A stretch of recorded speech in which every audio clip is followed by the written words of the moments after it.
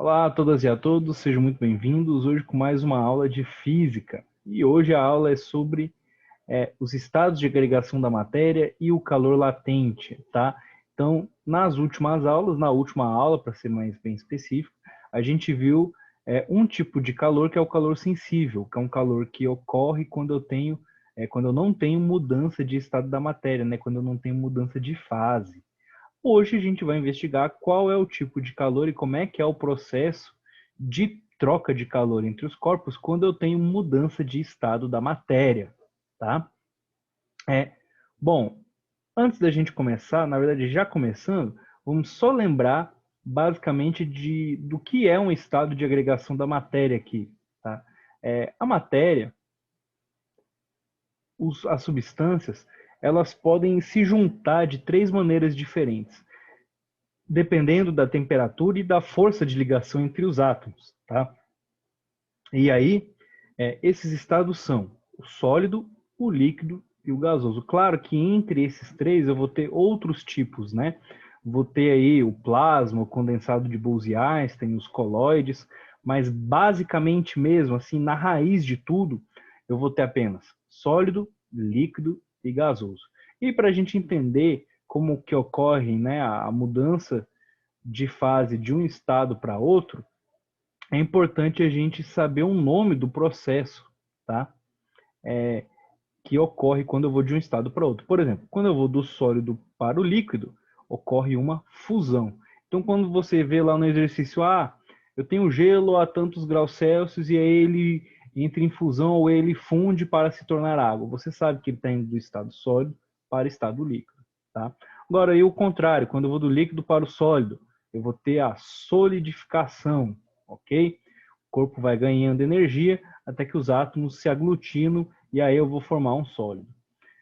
E aí, entre o líquido e o gasoso, eu vou ter, do líquido para o gasoso, eu vou ter a vaporização, que pode ser classificada em evaporação e em ebulição. A evaporação ocorre a temperaturas baixas, tá? Por causa de colisões aqui entre as moléculas do líquido, e essas moléculas vão ganhando energia suficiente para passar de um estado líquido para o estado gasoso, tá? Então é uma poça d'água na rua, ou então quando você deixa a roupa secando no varal, você não ferve essa roupa, né? Ela vai lá a 30 graus Celsius secando, né? E aí toda a água vai vaporizando. É um processo, a evaporação é um processo que ocorre ao longo do tempo, é bem mais lentamente do que a ebulição, por exemplo. A ebulição é quando você ferve, né, o objeto. Quando você ferve o líquido, você eleva a temperatura desse líquido até ele entrar numa vaporização forçada, né, que é chamada de ebulição. Então, o exemplo clássico desse é quando você coloca a água para ferver na chaleira. Quando essa água ela chega a 100 graus Celsius, né, a nível do mar, a água vai passar do estado líquido para o gasoso. E aí o contrário, né, quando vai do estado gasoso para o estado líquido, eu vou ter a condensação ou liquefação, né, mais comumente usada a condensação. E também eu vou ter alguns processos, né, quando eu vou do estado sólido para o gasoso e o contrário, né, do sólido para o gasoso é a sublimação, do gasoso para o sólido é a ressublimação. Né? Na natureza tem poucas substâncias que apresentam esse tipo de comportamento, né? Por exemplo, a naftalina, a cânfora, são objetos que sublimam, né? Então você compra aqui tabletinho de naftalina para deixar na gaveta ou para deixar numa área para não atrair bicho, né? Não atrair barata, rata, essas coisas. E vai emitir um cheiro muito forte, né? Aquele tablete. Então ele está saindo do estado sólido e indo direto para o gasoso, porque ele é bem sequinho, né? Ele não passa pelo estado líquido, ok? E aí, esses estados da matéria que eu falei antes, eles vão depender basicamente de dois fatores, de pressão e de temperatura, tá? A pressão ela vai influenciar na temperatura no qual esses estados acontecem. Lembra que eu falei que a ebulição aqui da água a nível do mar ocorria a 100 graus Celsius? Por que eu falei a nível do mar? Porque a nível do mar eu estou com uma pressão igual à pressão atmosférica, né? Se eu for subindo a altitude, né? Por exemplo, vim lá da praia aqui para Brasília, que é mais alto, né? A gente está aí a mais ou menos 1.100 metros. Então aqui a nossa pressão ela é menor, a pressão atmosférica, tem menos moléculas de ar entre lá as nuvens e a gente. E aí a pressão é menor. Isso faz com que a temperatura de ebulição da água seja menor.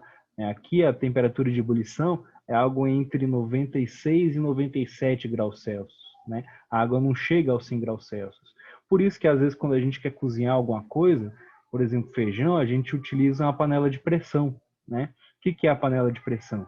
Ela vai aumentar a pressão lá dentro, né? E aí vai fazer com que a água demore, precise de uma temperatura maior para entrar em ebulição, né? No caso da panela de pressão, é algo aí em torno de 200, 250 graus Celsius, beleza? Então, eu consigo visualizar muito bem a influência da pressão na temperatura de ebulição e na temperatura de solidificação, liquefação, condensação de um corpo, quando eu analiso o diagrama de fases, que é um gráfico, tá, da pressão em função da temperatura. E aí cada ponto nesse gráfico vai representar um estado da matéria diferente. Por exemplo, se eu tenho um corpo, uma substância aqui, uma pressão e uma temperatura que caiba dentro dessa região, eu sei só de olhar no diagrama de fase que esse corpo vai estar no estado sólido. Né?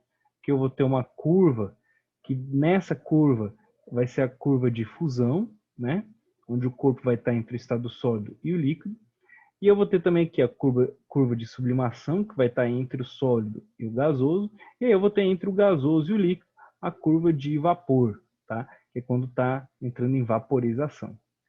Aqui nesse ponto, ó, repare que eu vou ter um encontro, né, das três curvas. Ele é chamado de ponto triplo. É um ponto onde a substância vai se encontrar exatamente nos três estados da matéria. Para a água, por exemplo, é em 0,0098 graus Celsius, tá? O ponto triplo da água. Beleza? Isso ocorre em todas as substâncias também. Repare que aqui, ó, eu tenho dois diagramas de fase diferentes, né? Eu vou ter um para a maioria das substâncias normais, e eu vou ter um para a água. O da água, a sua curva de fusão ela é diferente, ó. Ela é um pouco mais inclinada, né? Ela parece que volta um pouco, né? Isso ocorre porque conforme eu vou aumentando a pressão da água, em vez da sua curva de fusão, em vez da temperatura aumentar com a pressão, na verdade é que a temperatura vai diminuir com o aumento da pressão, tá? Então isso é um comportamento anômalo da água, e isso aqui vai gerar algumas consequências, alguns fatores que são bem interessantes que a gente vai analisar mais para frente, beleza? E aí, o calor que está envolvido, né, neste processo, quando eu estou indo de um estado da matéria para o outro, é o calor latente, tá? O que acontece? Imagine essa situação.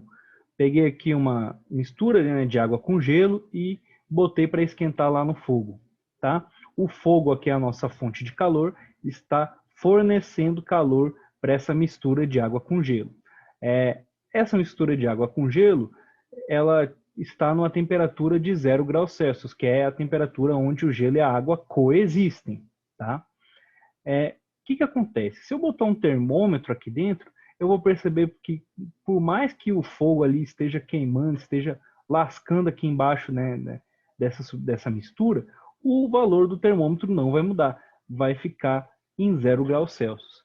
Vai ficar em 0 graus Celsius até que todo o gelo derreta.